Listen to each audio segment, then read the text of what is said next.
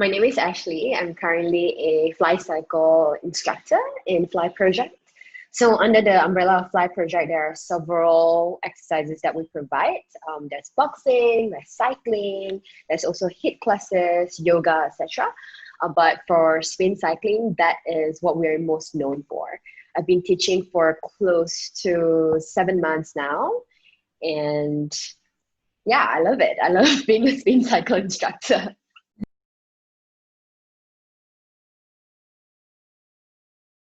Yeah, I consider myself a really active person. From a really young age, love sports. My parents and I played badminton every weekend, and we also do a lot of running together. That's kind of where I started my love for track. So I ran for school, I represented state, and I've always been a 100-meter runner, a 400-meter runner. And when school ended, in high school especially, we didn't really have that many more competitions. So I ended up picking up marathons, and I would run at least one marathon every single year. And up till date, I've ran about 10, and that gave me a lot of fulfillment and satisfaction year on year when I've constantly improved myself. I've constantly pushed my limits and just exceed that time expectation every year, right? That's a way of improving myself. But unfortunately, there was a time where my knees kind of gave way and just running was not feasible anymore. And I tried looking into other sports. And so the next best thing, usually people end up doing instead of running, is cycling or swimming. So I picked up cycling, and I wasn't very confident in getting cycling down because I'm so used to kind of just relying on my own body, like your body, like a good set of earphones, you go running and it's free of equipment, right? But when you pick up cycling, I was slightly intimidated, but I was very shocked and surprised to how much I love it, and not just loving it, but loving it so much and enough to want to be an instructor doing it, and committing my time to it as well. Yeah.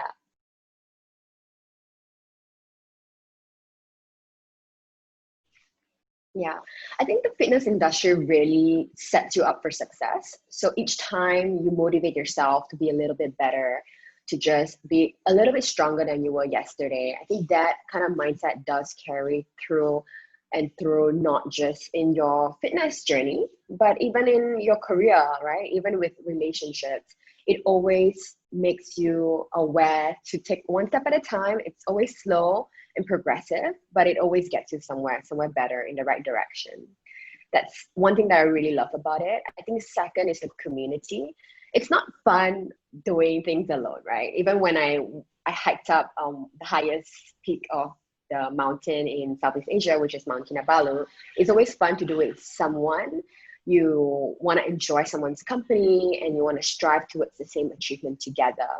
Think that that part that I love about it. And Fly Project in itself has a brilliant and vibrant community. Each time you come in and you see different riders kind of like striving to do their best, not really striving for perfection. And that's not what I think fitness is all about.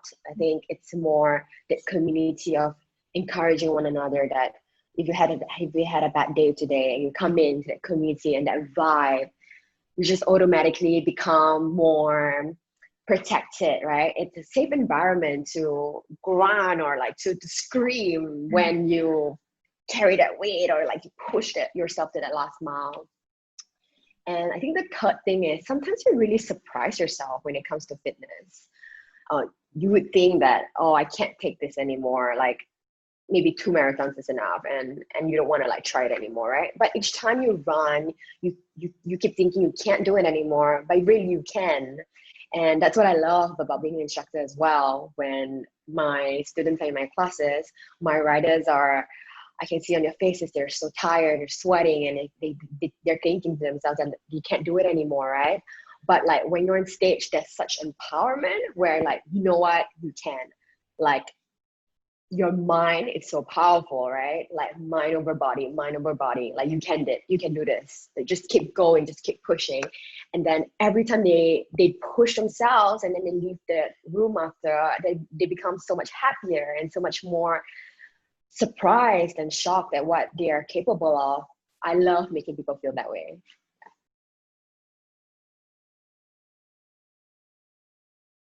Completely honest here, main struggles. I wish like I wouldn't be too hungry, but I think the truth is that like we're always hungry.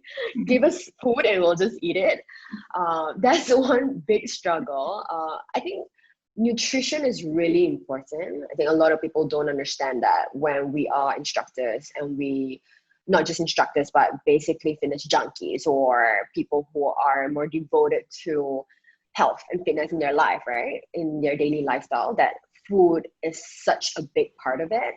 Um, Drinking water, just staying hydrated throughout, like remembering to breathe as you exercise. I think all these little details sometimes we take for granted, right? And we keep thinking that like it's easy. Of course I eat, of course I drink, of course I breathe. Like who doesn't, right? But funny enough, sometimes when I'm the rider and I'm in my colleague's class, I find myself like holding my breath, not needing to speak, right? Because when you speak as an instructor, you inevitably breathe. But when you're a rider, you're like kind of holding your breath, like just bracing yourself for impact, that kind of thing. I think that's one thing that's quite tough for people to kind of like remember, fitness oriented people. But I think in general, instructors, we find ways to kind of make sure that our body is healthy enough and strong enough to kind of keep going day on day. So like supplements, just eating well and being super disciplined, right? So like for me, for instance, I have 7 a.m. classes Monday, Wednesday, Friday. And it's such a big commitment, which means that it translates almost to the night before all the decisions that I have to make and all the trade-offs that I have to make in order to deliver a good class for my riders the next morning, like which means like definitely no alcohol, sleep well, like no late night partying, right? It's just you being very disciplined in your mindset. And there's all these little components that I think instructors, we find it really, really challenging to kind of do it day on day, week on week, month on month. There's a lot of trade-offs behind it, and I hope our riders do understand and do appreciate it as well.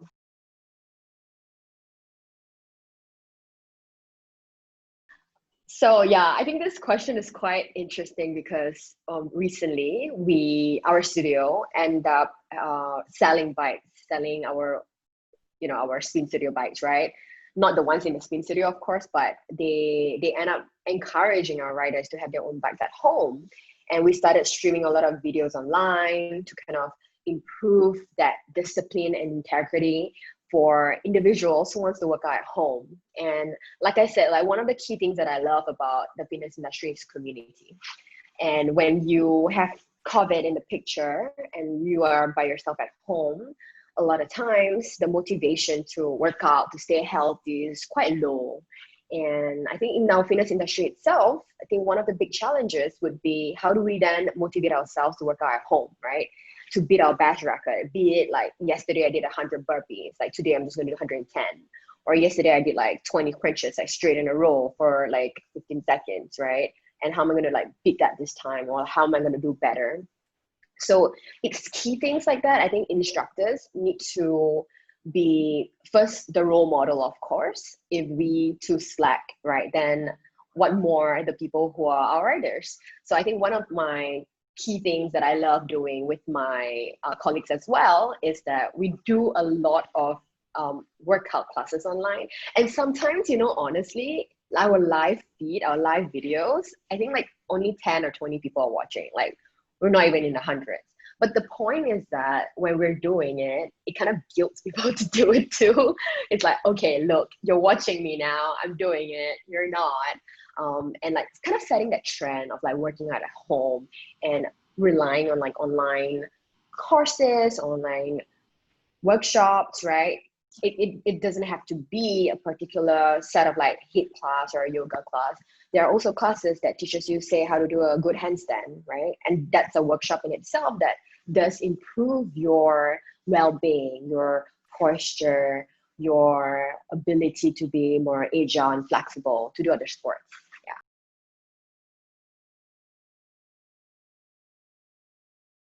So a lot of times, even when my riders come for classes and I see potential in them, I always encourage them to be instructors. And the point being is that where some of us are doing it for side hustles, and then some of us are doing it full time as a full time fitness instructor, right? But for me personally, I'm doing it as a side hustle. It is a part time job. I'm doing it on top of my full time job. And to me, I'm just telling them, like, look, you love spin, you want to have fun. And when you are riding as a rider, the technicality of it, the feeling that you get doing a particular move, it's not quite the same as when you're an instructor. So as an instructor, we all went through a 6-week training course and we all had to work on the same exact movement and understand when you do a particular movement, what part of your body feels what, right? So that translates to your riders. But a lot of times, of course, you can't really consolidate everything that you learn in 6 weeks to your riders in that short 45-minute span, right? So to me, it's like have fun doing it, but like have fun doing it right as well. So I always like to emphasize that, like definitely like feel in your core, like feel in your glutes when you're doing a particular movement. So if there are any aspiring instructors out there, have fun, but definitely try to learn as much technicality as possible because your riders look up to you and ultimately they rely on you for advice, right? And they rely on you to see what is it that you're doing right that they can emulate. Yeah, that's such a hard question. To be honest, I'm looking at my Spotify right now, and my Spotify has all these playlists. I don't know if you guys can see it, but there are so many of it. And I'm just looking at it to see like one common song that I've constantly repeated. And one of them is definitely the one by Post Malone. Should I play it for you? Yeah. Constantly gives me that feeling that imagine you're just like waking up in the morning and you're thinking of working out, but your mind's just telling you like, no, I can't do it. And your body's just like, I'm not getting up for this, right? And if you play this song, I guarantee you, like you'll wake up and like you just can't help but like just bounce with it and jive with it. See, it's like such a like feel good song. Yeah. So it's called Post Malone. I don't know why it's like freezing every time I press on it. Yeah, maybe because I'm on an airport. Yeah. But yeah, if you guys are listening to this, definitely go listen to this song by Post Malone, featuring Ronnie. Yeah. I gotta say, okay, here in Malaysia, I don't know if you've been to Malaysia. Have you No, experienced Malaysians before? Okay, if no. you ever get the chance to come to Malaysia, uh, probably you would really salute anyone who's in the fitness industry or anyone who's trying to eat healthy because food is good. Like food is so good here. And when it comes to like cheat meals, we have so many options to choose from. So it really is like what floats your boat, right? So for me, my ultimate cheat meal, which I guarantee each time when I eat, I feel so good eating it, but I feel so crappy after and then almost immediately regret it. But at the same time, like I know I deserve it because I've worked hard for it. It's probably like a banana leaf rice. So it comes in like a banana leaf and you have rice, you have like unlimited refill of like side dishes, and you have like your papadum. It's basically Indian food, and like you have curry on it, and like fried chicken, and like it's like a never ending serve of everything if you can even eat that much. So a lot of times I try eating it like after I've had like a long week of classes and I know that like so like I just need to like refill like those carbs, right? And I go for banana leaf.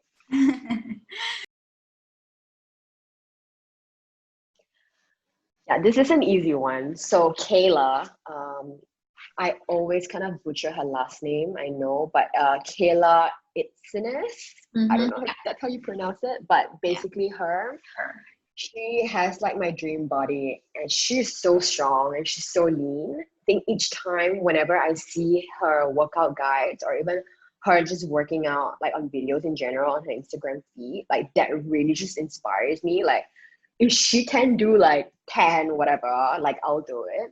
So one time I took myself to like that boxing bag, a hanging boxing bag, and like I went on it. I wrapped my legs around it, and I actually did like a more than a 90-degree like sit up on the bag, just cause I was like looking at her do it, and I was like, yeah, man, if she can do it, I can do it too. And I never really thought to do that until she did it. Yeah.